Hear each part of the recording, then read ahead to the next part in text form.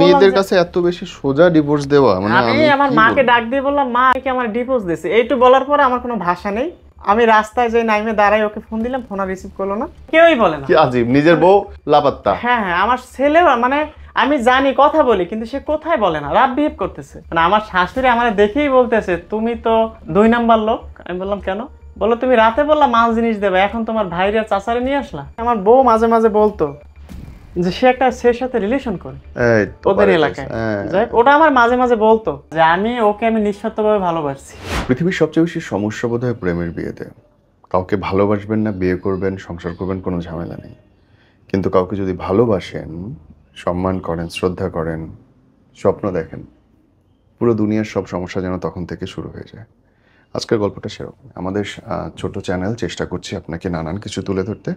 সহায়তা করবেন সাবস্ক্রাইব করে। ব্রাদার, কি নাম আপনার? আমার নাম মোহাম্মদ ফিরোজ, আমার বাড়ি হচ্ছে বরিশালে। ফিরোজ ভাই, এই যে আপনার দীর্ঘদিনের প্রেম, বিয়ে এবং তারপরে ছাড়াছাড়ি, এইটুকু বয়সে এত কিছু দেখে ফেলাইলেন, এই ঘটনাটার শুরুটা কেমনে ছিল? আমি শুরুটা থেকেই বলছি। শুরুটা হচ্ছে আমি 2017 সালের মাঝামাঝি, তখন আমি অনার্স 3rd ইয়ারে পড়ি, বরিশাল সৈয়দ হাতেম আলী কলেজ। জি। তো আমার আপনার মাধ্যমিক হচ্ছে গ্রাম থেকে, ইন্টার থেকে আমি বরিশাল শহরে লেখাপড়া করছি।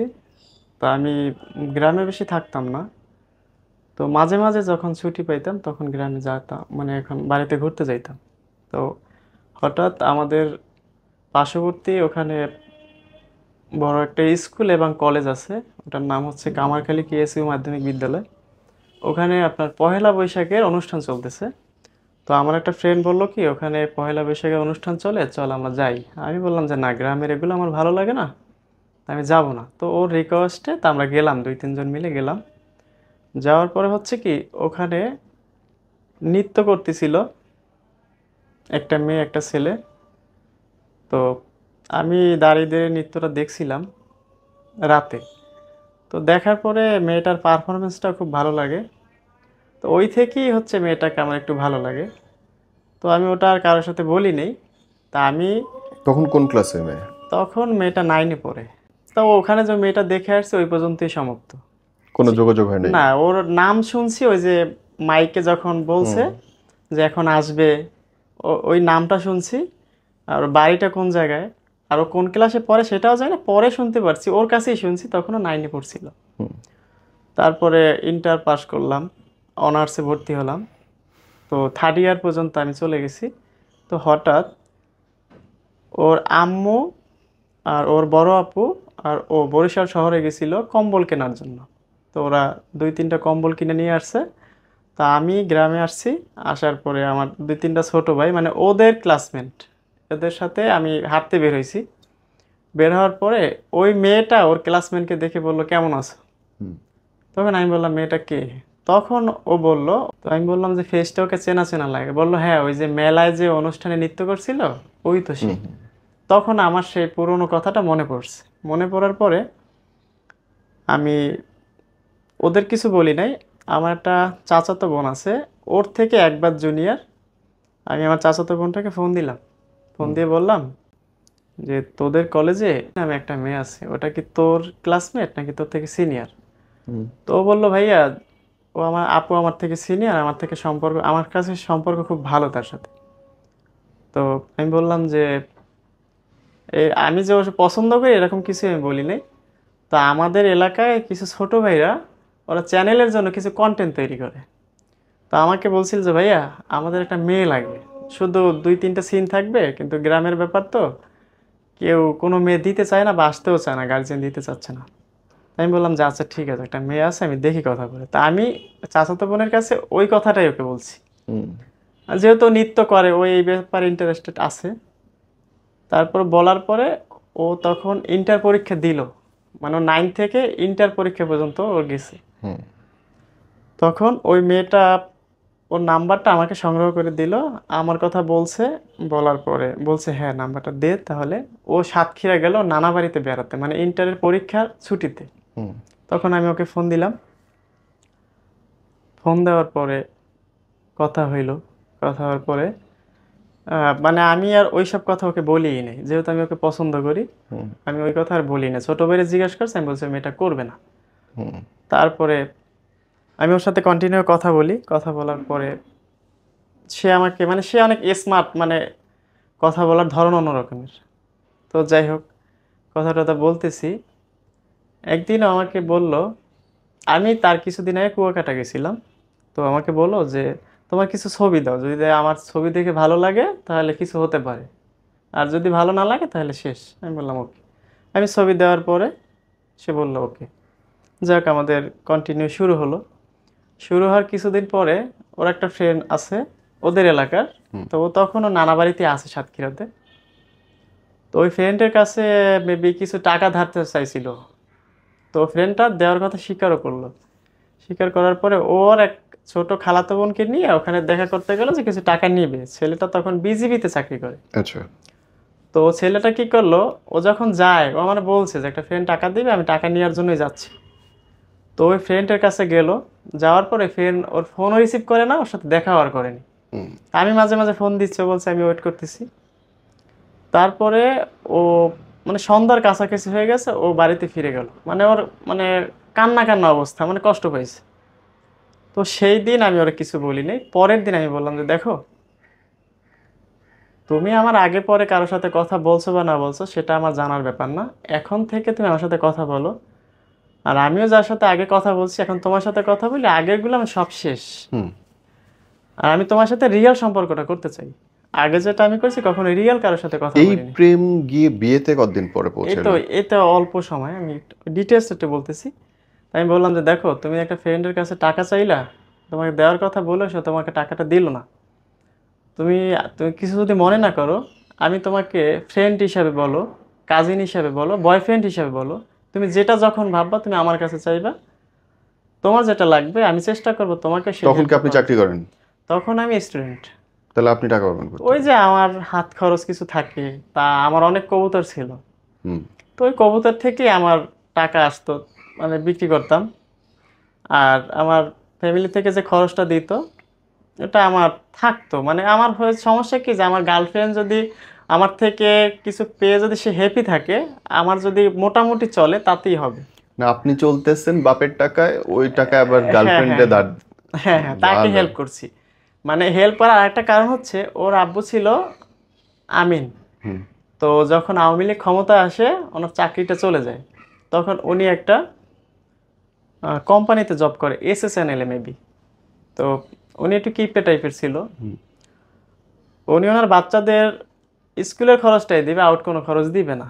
তা আমি জানি ও ইন্টার পাস করে সাতক্ষীরাতে নার্সিংয়ে ভর্তি হয়েছে, তো ওর একটা হাত খরচ আছে, কষ্ট হয় সেজন্য সাতক্ষীরা সদরেই। যাই হোক, ও রাজি হলো। তারপর ওর খালাতো বোন এই কথাটা শোনার পরে বললো যে আপু, এরকম কথা তো কোনো ছেলে বলে না এই সময়, ছেলেরা আরও মেয়েদের কাছ থেকে নেয়, আপনারা যখন এই ভাইয়া বলছে অবশ্যই ছেলেটা ভালো, আপনি কথা বলেন। যাই হোক, আমাকে বললো, আমি বললাম আচ্ছা ঠিক আছে। তো ওই থেকে আমি ওর পরের দিন আমি ওকে 1000 টাকা পাঠাইছি। পাঠানোর পর ও আসলেই খুশি হলো। তা আমি ওরে প্রতি মাসে আমি 2000 কন্টিনিউ এরকম থাকে, দেখা যায় একবারে 2000 না, 1000 দিলাম, আবার 500 দিলাম, আবার 500, এরকম। তারপরে ঈদ আসলো, আমি ঈদের জন্য ওকে জুতা কেনার জন্য দিলাম, প্রথম একটা রমজানের ঈদ আসলো, দিলাম। মানে ও যে জুতাটা পরতো ওটা আমার পছন্দ না, আচ্ছা। তো আমি ওকে দিলাম।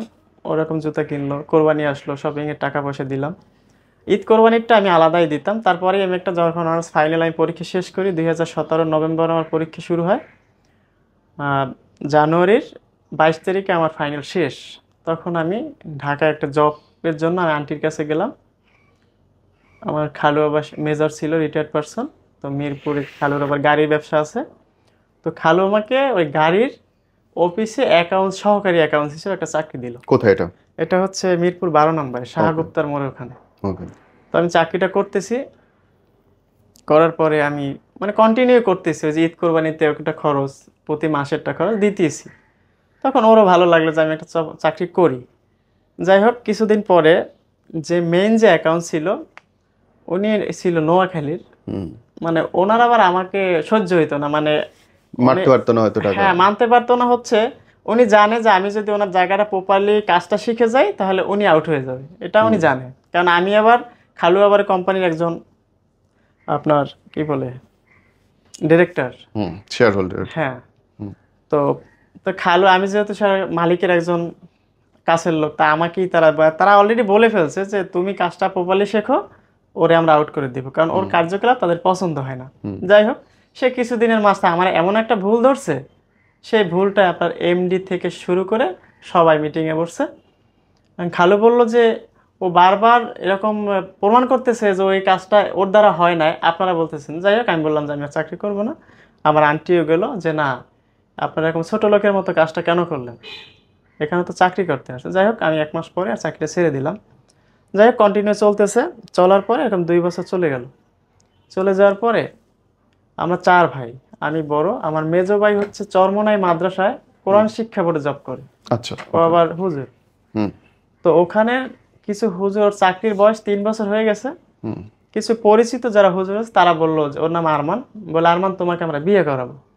এখন ওটা ওর বন্ধুর মাধ্যমে আমার বাড়িতে জানালো।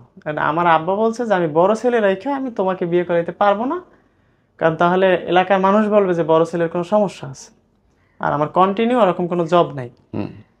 আর আমি আর আমার ফ্যামিলির ভিতরে, নানার ফ্যামিলির ভিতরে ডিফেন্সের লোক বেশি। তা আমার একটা ইচ্ছে ছিল, আমি যদি লম্বা হই তাহলে আমি সেনাবাহিনীতে জব করব। 2013 সাল থেকে আমি সেনাবাহিনীতে পরীক্ষা দেই। আমরা জেনারেল তো কোঠা কম, মানে রিটার্নেও টিকি, ভাইভাই থাকি, কিন্তু কোঠা কম থাকার জন্য চাকরিটা হয় না। তারা বলে যে নেক্সট টাইম আবার চেষ্টা করো, আমরা সেটা ট্রাই করবো, এটা অফিসাররা বলে, কিন্তু ওইটা আর করে না। তো 2019 সালে জুনিয়র অফিসার র্যাঙ্কে একটা সিভিলে একটা নিয়োগ আসছিল। তার আগে আমি এক মিডিয়ার মাধ্যমে একজনের সাথে কথা বলছি। সে বলছে আচ্ছা ঠিক আছে, যখন নিয়োগটা দিবে তুমি অ্যাপ্লিকেশন করে আমার সাথে যোগাযোগ করবা, যখন তোমার নামে পোস্ট অফিসে একটা চিঠি আসবে, মানে পরীক্ষার ডেটটা যখন আসবে তখন তুমি আমাদের সাথে যোগাযোগ করবা, ইনশাল্লাহ হয়ে যাবে। তা আমার 2 মাস পরে আমার পোস্ট অফিসের চিঠি আসছে, আমি ওনাকে ফোন দিলাম। ফোন দেওয়ার পর উনি বলছে আমাদের 5 লাখ টাকা দিতে হবে, আমি তোমাদের ঢুকেই দিব। সেই 2015 সালে, সরি 19 সালে। আমি একদম বাটপারি। হ্যাঁ, বাটপাড়ি তো। তো আমি টাঙ্গাইল ভুয়াপুর ক্যান্টনমেন্টে যেয়ে পরীক্ষা দিয়ে আসি। আসার পরে উনি আমারে 15 দিন পরে ফোন দিয়ে বললো যে তোমার অ্যাপার্টমেন্ট কাট আসবে, তুমি কিছু টাকা অ্যারেঞ্জ করো। তা আমি তো একবারে নাজেহাল হয়ে গেছি, মানে আমার চাকরিটা হবে। তা আমার এক চাচাতো ভাই ডিবিতে আছে বরিশাল শহরে। মামাকে বললাম, মামা বললো আচ্ছা ঠিক আছে, এটা দেখে শুনে এটা নিস, প্রতারণা হয় কিন্তু। তো উনি একটা ডেট দিল যে এই তারিখে আসবে। তা আমার একটা ফ্রেন্ড আছে বরিশাল শহরেই, আমি ওকে বললাম, ওটাই আমার বেস্ট ফ্রেন্ড, একটাই ছেলে এখনো। আমি বললাম যে আসিফ, আমার তো এরকম এরকমের, তো তুই আমার সাথে থাকবি। ওরা আবার কম্পিউটার কম্পোজ করে, দোকান আছে। তো বলল আচ্ছা ঠিক আছে। আমরা একটা রেস্টুরেন্টে বসলাম। বসার পরে উনি আমাকে কাগজটা দিল। কাগজটা দেখা মাত্রই মানে আমি অনেক আনন্দ পাইতেছি যে আমার স্বপ্নটা হয়তো বা পূরণ হতে যাচ্ছে। আমি ওনাকে 20,000 টাকা নিয়ে গেছি, 20,000 টাকা দিছি।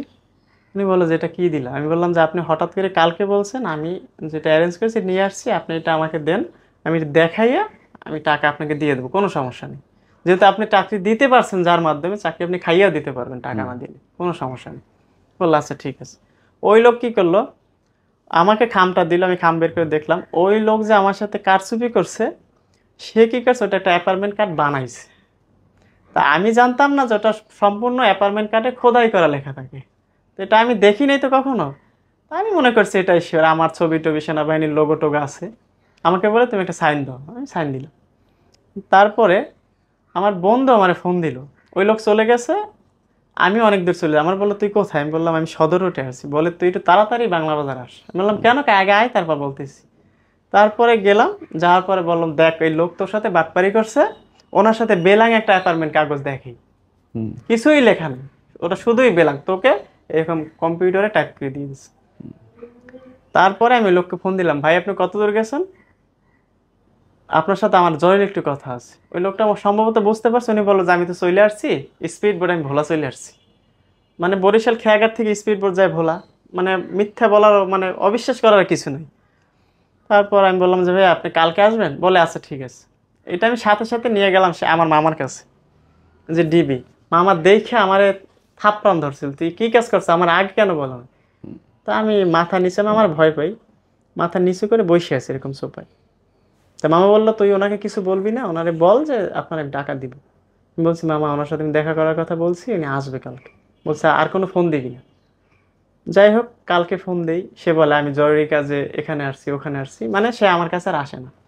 তো আমি আমার গার্লফ্রেন্ড, আমি যখন বুঝতে না পারছি যেটা ভুয়া, আমি তার আগে আমি ওকে আমার অ্যাপার্টমেন্ট কাটাচ্ছি। ও খুশি হয়েছে অনেক। আর তারপর ও বললো যে ওর একটা বান্ধবী সুপার শপে জব করে, যে বললে ওকে একটু তুমি দেখাও।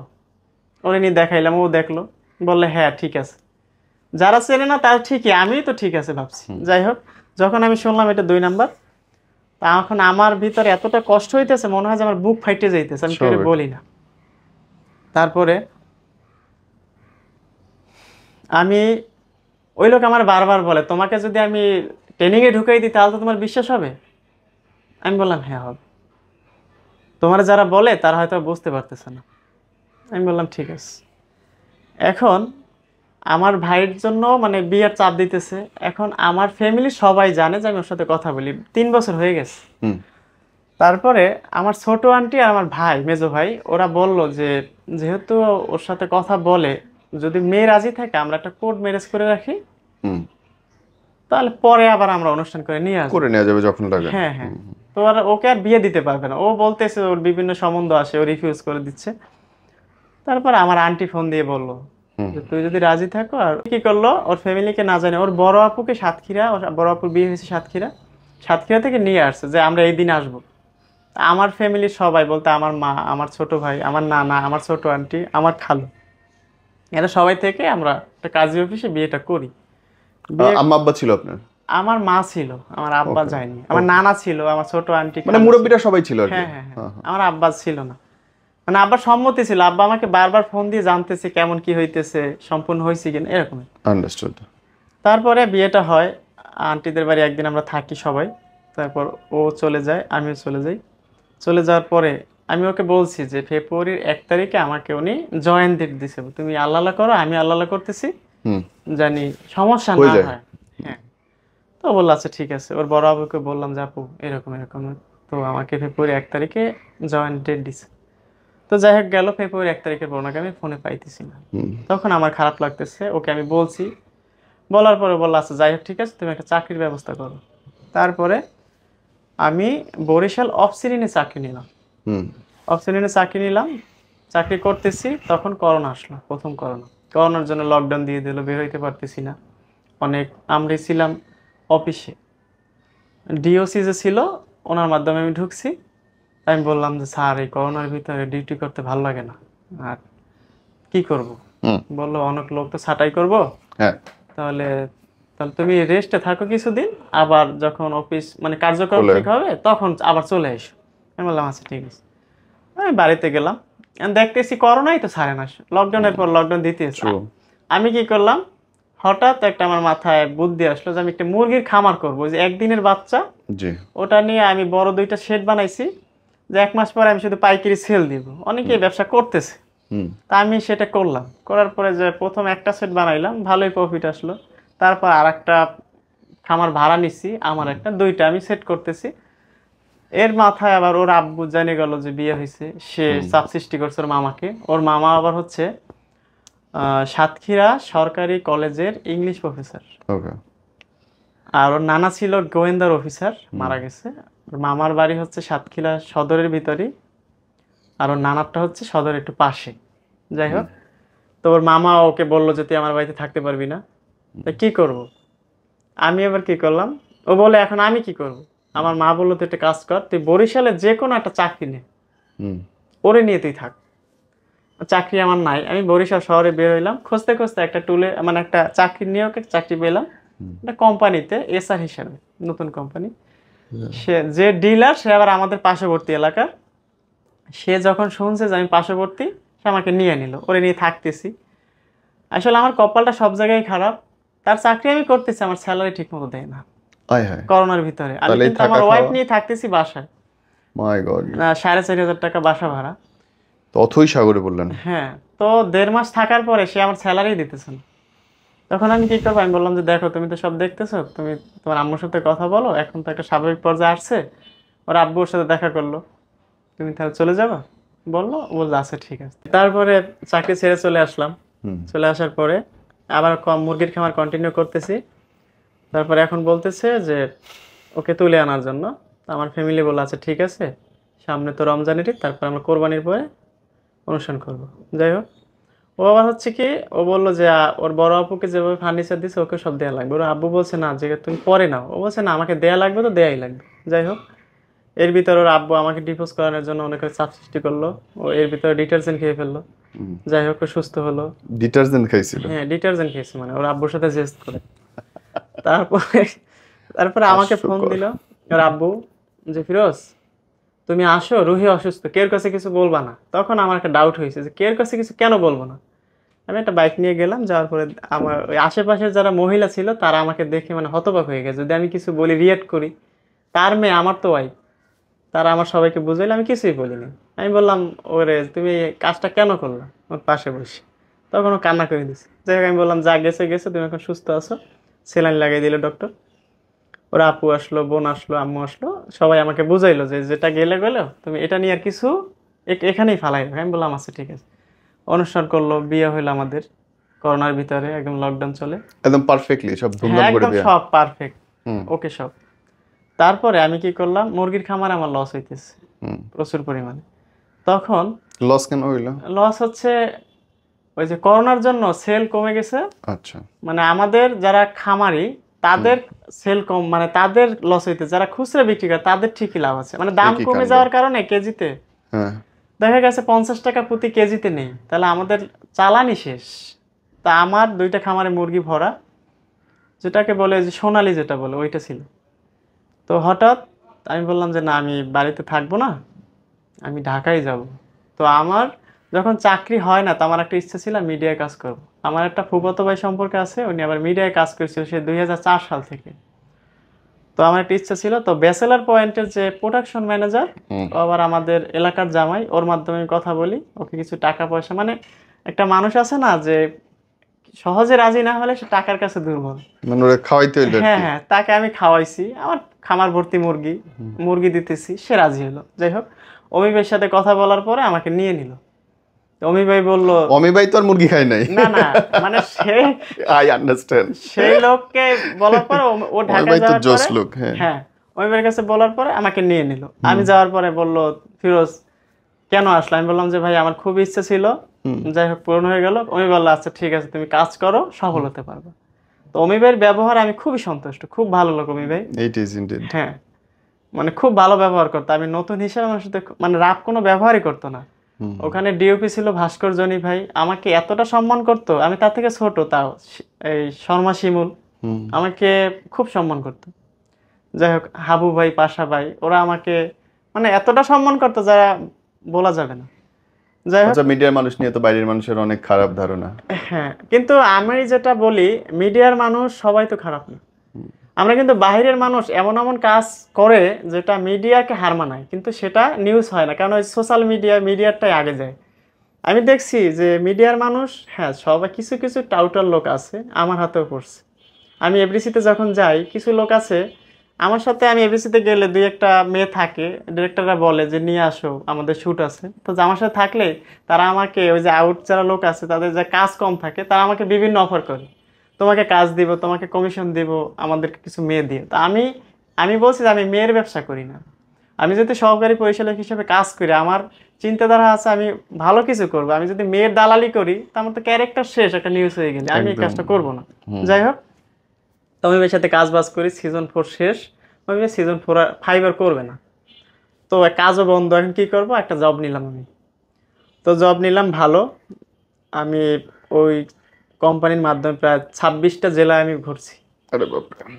তো তাদের একটা কমিটমেন্ট ছিল 6 মাস পর আমার স্যালারি বাড়াবে, কিন্তু 6 মাস তো ভালো কথা, 1 বছর হয়ে গেল, আমার স্যালারি বাড়ালো মাত্র 1000 টাকা। তো আমি তাদের কথার কাটাকাটিতে আমি চাকরিটাও ছেড়ে দিলাম। ছেড়ে দেওয়ার পরে তো এর মাঝে আমাদের একটা বাবু হয়, একটা ছেলে হয় আমাদের। তো ওর আম্মুর কাছে ছিল, ছেলেটা হয় সিজারে। সিজার হওয়ার পরে যা সিজারে যত খরচ, ওর আব্বু অর্ধেক দিল, আমি অর্ধেক দিলাম। তারপর আসার পরে আর কি এই চাকরিটা ছাড়লাম। ছাড়ার পরে ওর একটা মামা সম্পর্কে হয়, উনি ব্রিগেডিয়ার জেনারেল ছিল, রিটায়ার্ড পারসন। উনি একটা কনস্ট্রাকশন সাইডের সিও। হুম তো উনি রাজুকে উত্তর 18 নম্বর সেক্টরে তিস্তা 1-2 এই দুইটা বিল্ডিংয়ের কাজ চলতেছে। হুম তো উনি ওর মামাকে বলল, ওর মামা বললো আচ্ছা ঠিক আছে, ও আমার সাথে দেখা করুক। সিভিও আগেই দিয়ে আসছিল ওর মামার সাথে। তাই আমি দেখার পরে আমি বললাম, হ্যাঁ আমাকে চাকরি দিল। অনেক বেঁচে যাচ্ছে গল্প, সোজা করেন ভাইয়া। আচ্ছা ওকে ভাইয়া। তো চাকরি দিল। সেখানে আমি চাকরি করতে করতে আমার চিন্তাধারা হলে আমি ঠিকাদারি করব। হুম তো আমি ওই চাকরির মাধ্যমেই এটা ঠিকাদারি লাইন গুছিয়ে নিলাম। তো আমি কাজটা শুরু করলাম, খুব ভালো যাইতেছে আমাদের। আমার ছেলে বাইরের কিছু খেতে পারে না, আর সরি বাইরের সব ওকে খাওয়ানো লাগে। হুম মানে ওর গ্যাসের প্রবলেম ছিল। তো ওর পিছনে আমার প্রতি মাসে 5 থেকে 6 হাজার টাকা লাগতো। সিজারের বাচ্চা, অসুখ লেগেই থাকে। হুম তারপরে সবটা ভালোই যাচ্ছিল।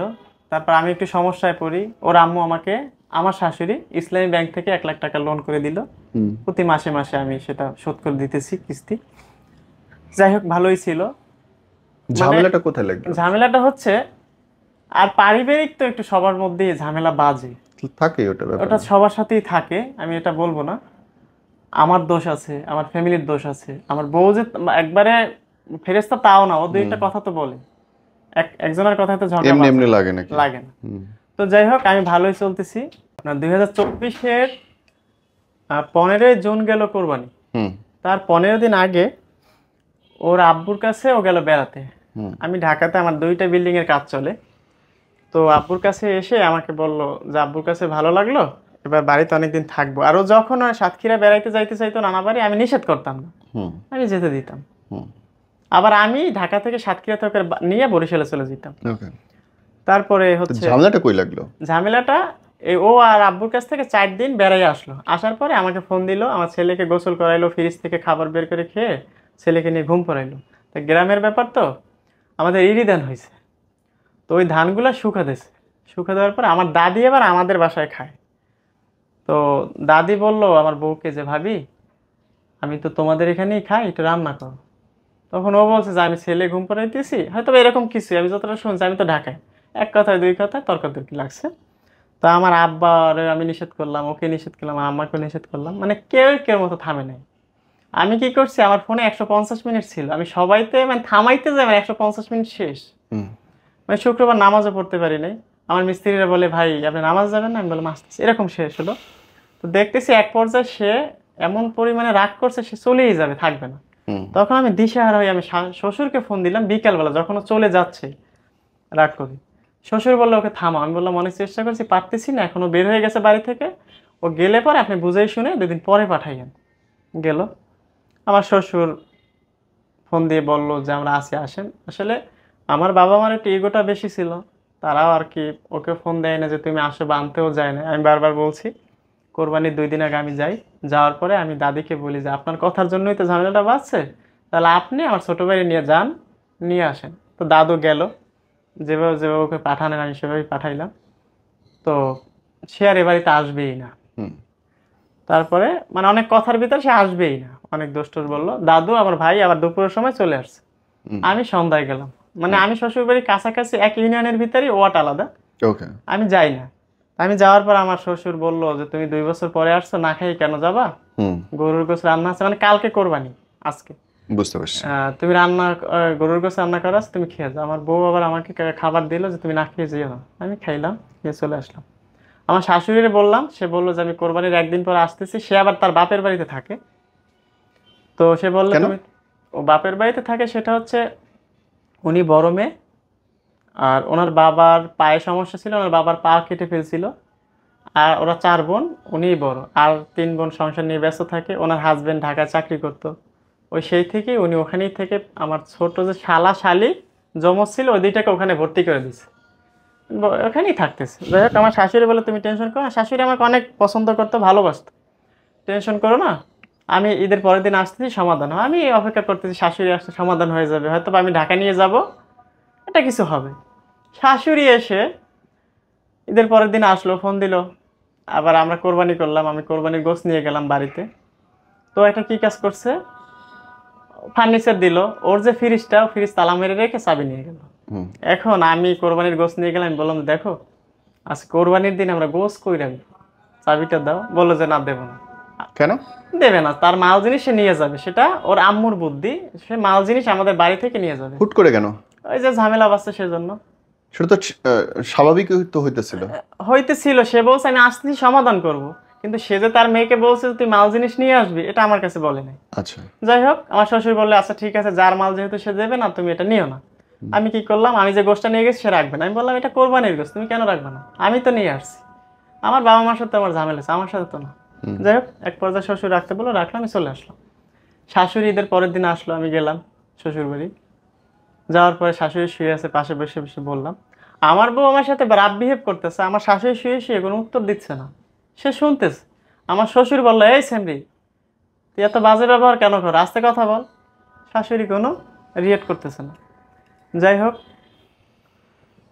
আমি রাগ করে এক পর্যায়ে চলে আসা ধরছি। তো তারপর শ্বশুর অনেক বুঝাইলো, আমাকে রাখলো, বউ জোরাজুরি করে রাখলো। এখন শাশুড়ি বলে, দেখো তুমি আমার মাল জিনিসটা দিয়ে দাও। আমি বললাম এটা ইজ্জতের ব্যাপার, এটা সারাসারি হয়ে গেলে তারপর মাল জিনিস দে। বলতেছে তুমি বলবা যে আমরা শহরে থাকবো, তো আগেই মাল জিনিস নিয়ে যাচ্ছি। ওকে। আমি ভাবলাম যে মাল জিনিস তা আমার না, তার মেয়েকে সে দিচ্ছে, এখন তারা যখন নিতে চাইতেছেন দিই। আমি বললাম আচ্ছা ওকে ঠিক আছে। আমি সকালবেলা উঠে বাড়িতে গেলাম। আমি গেছি পরে আমার ফ্যামিলির লোকজন ভাবলো যে আসলে কি সমাধান হইলো। আমি বললাম যে তাদেরকে মাল জিনিস দিয়ে দিতে হবে। বলে কেন? এটা ইজ্জতের ব্যাপার। আমার ভাই, আমার চাচা বললো যে না আমি তোর শ্বশুর বাড়ি, তো আমরা একটু যাবো, বেআইনের সাথে কথা বলবো, কথা বলার পরে সমাধান করা যায় কিনা সমাধান করা যায় কিনা। আর একটু লম্বা একটু হবে আমার কাহিনীটা একটু। চলো। এই তারপরে হচ্ছে গেলাম, মানে আমার শাশুড়ি আমার দেখেই বলতেছে তুমি তো 2 নাম্বার লোক। আমি বললাম কেন? বললো তুমি রাতে বললা মাল জিনিস দেবে, এখন তোমার ভাইরা চাচারে নিয়ে আসলা। আমি বললাম আমি আসতে চাই না, ওরা আমার জোর করে নিয়ে আসছে আপনার সাথে কথা বলার জন্য, আপনি মাল জিনিস আনতে পারেন, আমি বাধা দেবো না। তারপর চাচা বললো যে ভাই এটা তো ইজ্জতের ব্যাপার। আমার ভাই বললো যে মা এটা তো করলে কেমন দেখায় না, মানে সে তার উপরে অটুট, সে কারো কথা শুনলো না। তারপর আমি বললাম আচ্ছা ঠিক আছে, নিয়ে গেল। তারপর হ্যাঁ নিয়ে গেল, আমি দিয়ে দিলাম মাল জিনিস। তো ওই মাল জিনিস ওই খাট আমি আবার তার রুমে ফিটিং করে দিয়ে আসছি। আমার ফোন দিল না, আমার আব্বা বললো যে আমাদের সাথে ঝামেলা, তোর তো ঝামেলা নাই, তোর ওয়াইফ, তোর বাচ্চা, তোর শ্বশুর, তুই যা। আমি সেই রাতে যাইয়া আমি খাট সব ফিটিং করে দিলাম, থাকলাম। এখন ওরা সাতক্ষীরা বেড়াতে যাবে, আমার নিয়ে যাবে। আমি বললাম যে না আমি যাবো না, আমার কাজ শুরু হবে, মালিকেরা ফোন দিতেছে যে তুমি আসো কাজ ধরো আমাদের। আমি যাব, তোমার আমি নিয়ে আসবো বরিশাল আবার যখন ঢাকা থেকে। চলে গেল, আমিও চলে গেলাম, আমার কাজ শুরু হলো। তো আমি কাজ মাত্র 15 দিন চালাইতে পারছি, এর ভিতরে এই যে ছাত্রদের আন্দোলন শুরু হয়ে গেল। শুরু হয়ে যাওয়ার পরে দারোগা এসে বলতেছে, মানে রাস্তার সাইডে একটা ভবন, একটা গেটের ভিতরে দারোগা এসে বলতেছে এই বিল্ডিং এর মালিক কে? মালিক আসলো, বললে কাজটা কে করে? বলে কন্ট্রাক্টর। আমার দেখাই দিল, আর আমার দারোগা বলতেছে আমি কি আপনারা অ্যারেস্ট করবো? আমি বললাম স্যার আমি আজকের পরে আর কাজ চালাবো না, যতদিনে শান্তি না হবে, কারণ রাস্তাঘাটে কেউ তো বের হইতে পারতেছে না। আমি কাজ বন্ধ করে দিলাম। মালিক বললো যে ভাই তাহলে 1 সপ্তাহ ঘুরে আসেন বরিশাল থেকে, স্বাভাবিক হলে কাজ করে। আমি ভাবলাম, আমি বললাম তো আমাকে কিছু টাকা দেন। মানে আমাকে 10,000 টাকা দিল। 10,000 দিলে আমি 5,000 টাকা মিস্ত্রিদের মোটামুটি বিল দিয়ে 5,000 টাকা নিয়ে আমি 1 সপ্তাহের জন্য বরিশালে গেলাম। তো বরিশালে গেলাম, তো ঝামেলা তো বাড়তিছে। যেদিন সরকার পতন হয়ে গেল, আমি সারাদিন গোসল করি, এই যে শুনতেছি সরকারের ভাব খারাপ। যখন সরকারটা পতন হলো, আমি ওইটা ফোনে দেখে মানে আমি ভাবলাম যে আমার শেষ। কেন? শেষ হচ্ছে, দুইটা মালিক আওয়ামী লীগপন্থী।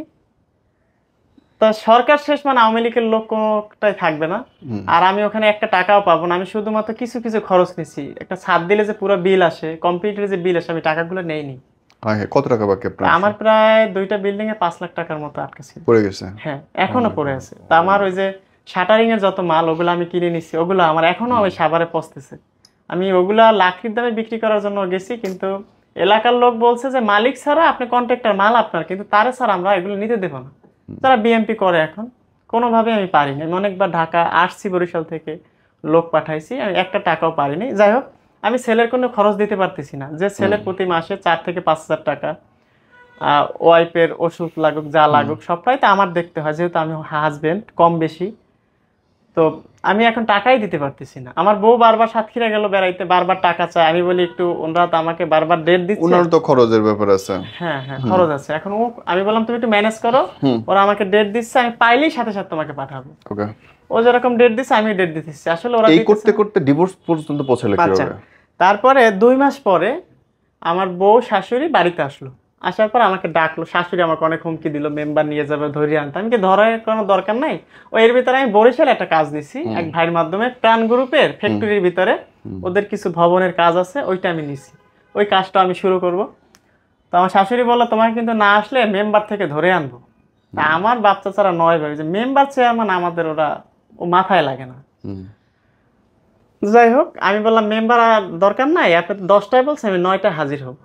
সেদিন বন্যার সিগন্যাল, আমি আমার চাচাকে নিয়ে গেলাম, আর একজন সে আমার চাচা সম্পর্কে নিয়ে গেলাম। যাওয়ার পরে আমি বললাম যে দেখেন এখানে সালিশির কিছু নাই, আমি আমার বাচ্চার খরচ দিতে পারিনি 2-3 মাস, আমি সে টাকাটা দিয়ে দিব। আজকে 25 তারিখ, আমি 30 তারিখ সন্ধ্যায় আমি 20,000 টাকা দিব। আমি যেহেতু বলছি ছেলের 4,000 টাকা খরচ, আমার ওয়াইফের 4,000, মানে মাসে 8,000 টাকা খরচ, 3 মাসে 24,000 টাকা আসছে, তো আমি 4,000 টাকা কম দেব। আমি 30 তারিখ বিকেলে 20,000 টাকা এসে আমি দিয়ে যাবো। তারপর তারা বললো ওকে ঠিক আছে। আমার শাশুড়ি বললো 20 কেন? আমি বললাম আমি 4,000 টাকা কম দিব, আমি তো সমস্যা আছে। রাজি হলো, আমাকে রাখতে চাইলো, আমি থাকলাম না। আমি বললাম আমার বরিশাল যেতে হবে, আমার নতুন কাজ শুরু হবে। যাই হোক, আমি 30 তারিখে, 28 তারিখে আমার শ্বশুর আমাকে ফোন দিলে তোমার টাকা দেওয়ার কথা না? আমি বললাম যে না, আমার টাকা দেওয়ার কথা 30 তারিখ, আপনার ফোন দেওয়ার দরকার নেই, আমার ছেলেকে আমি টাকা দেবো, আমি এমনিতেই দিয়ে আসবো। তো আমি আমার ভাইকে ফোন দিলাম যে আমি এখান থেকে বিল পাই না, তুই আমার কিছু টাকা ধার দে, আমি বিলটা পেয়ে দেব। ভাই বললো আচ্ছা ঠিক আছে, ও তো জানে সব। তো ভাই এবার চরমোনাই মাদ্রাসা, ওখানেই বাসা। আমি দুপুরের পরে আমার সাইড থেকে কালিজিরাতে, ওখান থেকে আমি ওর ভাইয়ের বাসায় টাকা নিয়ে বাড়িতে চলে গেছি, গোসল কইরা দেন শ্বশুর বাড়ি গেছি। তো এর ভিতরে আমার বউকে আমি আগের দিন ফোন দিছি, সে ফোন বন্ধ করে রাখছে। আমি শ্বশুরের ফোন দিয়ে বললাম যে রুহি কোথায়? বললো রুহি আমার মামাতো ভাইয়ের বাসায় বেড়াইতে গেছে বরিশালে, আমি আগাই দিয়ে আসছি, 2 দিন পরে আসতেছে। আচ্ছা, আমি শ্বশুরের কথা বিশ্বাস করলাম যে কখনই বেড়াইতে যায় না, এখন বেড়াইতে গেছে। আমি আর বউকে ফোন দিই নাই, বাড়িতে যাই দেখি যে দরজা তালা মারা, অন্ধকার। তো শ্বশুরকে ফোন দিলাম, সে বললো যে ওরা বাড়িতে আছে, আমি দোকানে আছি, তুমি দাঁড়াও। আমি দাঁড়াইলাম, বউকে ফোন দিলাম, বউ বললো যে আমরা তো বরিশালে। আমি বললাম তোমার আব্বু যে বললো, আমরা তো বরিশালে। শ্বশুর আসলো, বলে ভিতরে আসো, ভিতরে আসো। গেলাম, আমি মোটরসাইকেল দাঁড় করে রেখেছি। যাওয়ার পরে আমি বড় আইসক্রিম নিলাম 1 কেজি ওয়েটের, ছেলের জন্য অন্য খাবার নিলাম। শ্বশুর তালা খুলে দেখলাম, আমি দেখলাম সব ফাঁকা। আমি বললাম আপনি যে বললেন যে তারা বাড়িতে আছে, এখন চুপচাপ থাকো, মানুষ শুনলে সমস্যা আছে। রুহিরে আমরা বরিশালে বাসা করে নিয়ে রাখছি। আমি বললাম কেন? বললো সেখানে একটা ইনকাম করলো। কিসের ইনকাম হলো? মানে তারা একটা ইনকাম করে, মানে ও আবার টেইলার্স এর কাজ ভালো জানে। ওকে, ও একটা মেশিন দিয়ে বাসায় বসে অর্ডারি কাজ করলো। আমি বললাম সেটা আমার বউ, আমি জানলাম না, আপনি নিয়ে রাখলেন, আমি জানতে চাইলাম, আপনারা বললেন না। কে থাকবে ওখানে? ওর আম্মু থাকে সাতক্ষীরা, আপনি থাকেন বাড়ি, আমি থাকি এখন ওখানে। আমি থাকবো, তুমি থাকবে, আমরা মিলে জিলে থাকবো। তখন আমি, যে চাচা আমার ছিল, ওনার নাম, আমি ওনাকে ফোন দিলাম যে কাকা এই কাহিনী, আমি তো টাকা নিয়ে। বললে উনি বলে তুই কোনো টাকাই দিস না, যেখানে তুই তোর বাচ্চারে টাকা দিবি, তুই তোর বাচ্চাই দেখতেছ না, তুই কোনো টাকাই দিস না। তখন আমি ভাবলাম ওরা অমানুষ হইতে পারে, আমি কিছু হইলো টাকা দিয়ে দিই। আমি পকেট থেকে বের করছি, আমার হাতে 8,000 টাকা উঠছে। আমি শ্বশুরের হাতে এটা দিলাম যে এখানে 8,000 টাকা। সে 8,000 টাকা নিবে না, 20,000 টাকাই নিবে। আমি বললাম দেখেন আমি টাকা ম্যানেজ করতে পারিনি, আজকে 8,000 দিয়ে গেলাম, ওরা আসুক, আমি 1 সপ্তাহের ভিতরে আর 12,000 টাকা আপনার হাতে দিয়ে যাবো। সে রাখবে না তো রাখবেই না। আমি বললাম আপনি ফোন দিয়ে বলবেন যে আমি এটা দিছি, আপনার কোনো সমস্যা নেই। রাখলো। আমি যাইতে না যাইতে বউ ফোন দিলে 8,000 কেন দিছে? আমি বললাম তোমরা এই কাজটা কেন করলা, তুমি কোথায় আছো বলো। এখন বউ বলে না সে কোথায় আছে, শ্বশুরও বলে না, শাশুড়ি বলে, মানে কেউই বলে না। কি আজীব, নিজের বউ লাপাত্তা। হ্যাঁ হ্যাঁ, আমার ছেলেও, মানে আমি জানি কথা বলি, কিন্তু সে কোথায় বলে না, রাত বিহেভ করতেছে। শাশুড়ি পাশে বসে, কারণটা কি? কারণটা হচ্ছে এখন তার কথা হচ্ছে আমার শ্বশুরের যে আমি 20,000 টাকা সম্পূর্ণ দিলে আমাকে অ্যাড্রেস দিবে, নাইলে দিবে না। কি আজীব কাণ্ড। তারপর শ্বশুর আমারে বারবার ফোন দিয়ে বলে আপনার ডিভোর্স কি এই অ্যাঙ্গেলেই হয়ে গেল? হ্যাঁ, এই অ্যাঙ্গেল থেকে কিন্তু এটা শুরু হয়। ওকে, তারপরে আমি এত জানতে চাই যে আমাকে বলেন সে কোথায় আছে। আমি বলবে না? না, বলে না, বলে তুমি টাকা দাও আমি তোমাকে নিয়ে যাবো। তারপর কি আর দেখা হয়েছে বউর সাথে? না না, বউর সাথে কোনো দেখা সাক্ষাৎ হয় না আমার। ওকে, আমি এখন, আমার ছেলে অসুস্থ, আমার বউ বলেন, আমার শ্বশুর বারবার ফোন দিয়ে বলে। আমি বললাম দেখেন আমার ছেলে অসুস্থ, আপনার মেয়ে তো আমাকে ফোন দিয়ে বলতে পারে, আমি বরিশাল, আমার কাজের সাইটে, আমি তো দেখতেও পারি আমার ছেলে, আমি ডাক্তার দেখাইতে পারি, আমাকে বলুক। বলে না, আমি আর টাকাও দিই না, আমি 8,000 পর্যন্ত দিয়ে সমাপ্ত রাখছি। আমার আম্মার চাচাতো ভাই সেনাবাহিনীর ওয়ারেন্ট অফিসার, মামাকে ফোন দিলাম যে মামা এই কাহিনী। মামা বললো তুমি 1 টাকাও দিও না। ইললজিক্যাল কাজ কেন করবে? তারপরে দেখা হইলো কখন বউয়ের সাথে? তো বউয়ের সাথে 15 দিনে কোনো যোগাযোগ নেই, দেন ফোন বন্ধ, আমার ফোন ধরে না। তারপর আমি শ্বশুরকে ফোন দিলাম, যে রুহি তো আমার সাথে যোগাযোগ করতেছে না, আমাকে পাইতেছি না, ও কোথায়? হুম আমার শ্বশুর আমাকে বললো তোমার সাথে আর সম্পর্কটা আমাদের থাকবে না। আমি বললাম কেন? কয় ছাড়াছাড়ি হতে পারে। আমি বললাম দেখেন, আমার ছোট একটা ছেলে আছে, আর আপনি ভালো জানেন যে আমার ছেলের জন্য আমি কি করি। আপনি আমার একসময় বলছেন যে ফিরোজ, এতটুকু বাচ্চার পিছনে তুমি এত টাকা খরচ করো না, সঞ্চয় করো। হুম আর সেই ছেলের পিছনে আমি একটা টাকা সঞ্চয় করি না, আমি নিজে না খেয়ে আমার ছেলে ভালো থাকবে। আপনার ছেলে, আপনার মেয়ে আজ পর্যন্ত ওর একটা বিছনায় কিভাবে প্রস্রাব করে সেটা জানে না। জন্মের দিন থেকে প্যাম্পাস পরে পুরোটা 30 দিন মাসে। আমি সেই বড় প্যাম্পাসের প্যাকেট আপনার 36টা 40টা থাকে, আমি সেই প্যাকেটটা আপনার মেয়ের আমি কষ্ট করতে দিই না। হুম আমি সেই ছেলে দেখতেছি না, আপনি ডিভোর্স দিবেন। আমি একটা কথা বলি, আপনি বুড়া বয়সে মামলা খাইয়েন না, আমি কিন্তু আপনার মামলা দিব। হুম আপনি যত দূরের নেতা খাতা হন, আমি কিন্তু আপনার মামলা দেব, আমি ছাড়বো না। কারণ আমি আপনার ডিভোর্স করাইবেন এটা বলে আমি ফোনটা কাটছি। এরপরে পরের দিন সাইটে গেলাম, একা একা ভাবলাম যে শরীর সাথে একটু রাফ বিহেভ করলাম, যে একটু সরি বলে আসি। পরের দিন সাইট থেকে এসে শ্বশুরের ফোন দিলাম কোথায়, উনি বললো যে আমি এখানে গেলাম, ওনার সাথে দেখা হলো। দেখার পরে বললাম, সালাম দেওয়ার পরে বললো তুমি কোথায়? আমি বললাম আপনার সাথে কথা বলতে আসছি। কথা বলার পরে উনি এক জায়গায় নিয়ে গেল। সে আবার একটা মেম্বার, ওদের ওয়ার্ডের মেম্বারের সাথে আমার সাথে আগে কথা হয়েছে। মেম্বারে আমাকে বললে তুমি এই মেয়ে কেন বিয়ে করছো, ওর বাপ ভালো না, মা ভালো না, তুমি ভাতিজা। আর মেম্বারের শ্বশুর বাড়ি আবার আমাদের এলাকায়, তুমি আমাদের কাছে জিগাবা না। মানে সে এখন আমাকে খুব ভালো পাইতেছে, ওদেরকে খারাপ বানিয়ে। এটা আগে করছে। যখন ওই মেম্বারের বাড়িতে নিয়ে আমার বসলো, আমার বউরে ফোন দিল যে ফিরোজ আসছে, তুই আস। আমি তো জানিও না যে বউ বাড়িতে আছে, কথা হয় না, নাম্বার ব্ল্যাক লিস্ট করা। আসার পরে এখন মেম্বারের কাছে আমার মানে আমি ওরে প্রতারণা করে বিয়ে করছি। ওই যেমন ওই যে আমার অ্যাপার্টমেন্ট কার্ড আসছে, ওটা তো জাল ছিল, ওটা আমার কাগজের ভিতরেই রাখছি। এটা আমার বোকামি ছিল, যেটা রেখে দিই ভবিষ্যৎ ওই লোক যদি ধরতে পারি। আমার কাগজের ফাইলের ভিতরে রাখছি। ও আবার কি করছে, ওই কাগজের ফাইল নিয়ে ওর বাবা মানে ওই কাগজটা নিয়ে ওর আব্বুর কাছে জমা রাখিস। ওকে এটা ওর আব্বুর বুদ্ধি, যে হয়তো বা আমার এইটা দিয়ে ফাঁসাইতে পারবে, ওদের টেন্ডেন্সি।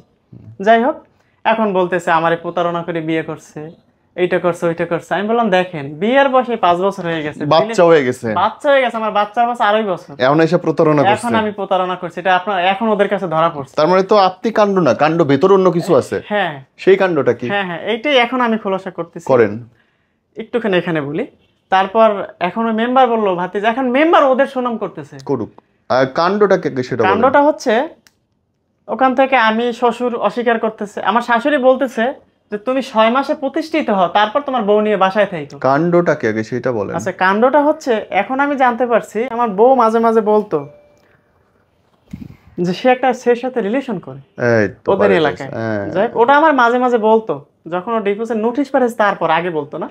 যাই হোক, আমার শাশুড়ি যখন বলল আমাকে যে 6 মাস আমাকে সময় দিল, তো 6 মাস না 3 দিনের মাথায় সে বউ মেয়ে নিয়ে আত্মগোপনে রেখে দিল। আমি তারপর? তার সাথে যোগাযোগ করতে পারতেছি না। আমি যে কথাটা যেই বললাম মেম্বারের সাথে, সে আমার শ্বশুর না স্বীকার করলো। তখন আমি খেপে গেলাম যে এই মেয়ে, আপনার বয়সী মানুষ 80 বছরের কাছাকাছি, ওর বয়স 75 থেকে 80, আপনার বয়সী মানুষ বেঁচে নাই, আপনি মরার পরে কি জবাব দিবেন? এখন আমার না হলে আপনি ছোট করলেন এখানে মানুষের সামনে, মরার পরে কি জবাব দিবেন? তো বাপও খেপছে, মেয়েও খেপছে আমি এই কথা করার জন্য। মেম্বার আমার বললো বাতিজা থামো। আমি চলে আসছি। শ্বশুর আবার আমার আগাই দিল লাইট নিয়ে। চলে আসার পরে আমি ওনাকে বলছি মেম্বারকে যে কাকা, আমি তো আমার বউকে আমি চিনি, ও এরকম হওয়ার কথা না। আপনি একটা কাজ করেন, আমি একটা কোনো একটা হুজুর দিয়ে, ওর পেটে কিছু আছে, একটু এটা চিকিৎসা করার ব্যবস্থা করেন। ওই কাকা বললো আচ্ছা, এটা তুমি ভালো কথা বলছো। আমার শ্বশুর বললো যে এটা টাকা কে দেবে? আমি বললাম যা লাগবে সব আমি দেবো। শ্বশুর কি করলো, এটা শোনার পরে মেম্বার বাড়ি থেকে আসার পরে পরের দিনই মেরে বরিশাল পাঠিয়ে দিল। যাই হোক, মেম্বার বলতেছে ওর তো নাই, বাড়িতে নাই। এখন একজনের মাথা ব্যথা, তার একজন নিবে না। নিবে না, সে তাদের মতো আমি ফোন দিলে বলে। যাই হোক গেল।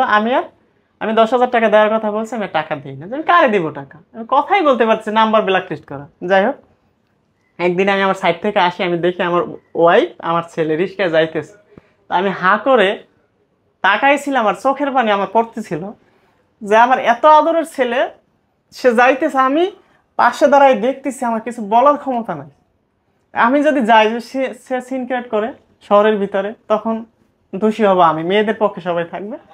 আমি চলে আসছি, নাম্বারটা ব্ল্যাক লিস্ট করা। আমি যে প্রমাণ দেখাবো যে দেখেন, ফোনও যাবে না। আমি চলে আসছি, রাতে ফোন দিয়ে বললাম, সে আমার সাথে রাব বিহেভ করলো। এরকম গেল, আমি ফোন দিতে পারি না, সে বরিশালে থাকে। আমি এত ডিটেলস চাই যে বলো আমি একটু আসি, আমি তোমাদের এসে টাকা দিই, বলে না। শ্বশুর বলে না, শ্বশুর খেলে আমার কাছে টাকা চায়। তারপরে আমি অসুস্থ হলাম, অসুস্থ হওয়ার পর আমার পাটায় 10 জায়গায় ইনফেকশন করছে। আমি 1 মাসে বিছানা থেকে নামতে পারি না, ওই খাটে বসেই খাই দেই। আমার একটা চাচাতো বোন ছিল, ও আবার হচ্ছে কি ওই আমার নামে মিথ্যা বানাই বানাই আমার শ্বশুরের কাছে বলতো, বোর কাছে বলতো, ওখান থেকে তারা তেলে বেগুনে একদম ওকে, জ্বলতেছিল। তো আমি ডিভোর্স যে লেটার পাঠাইলো কবে?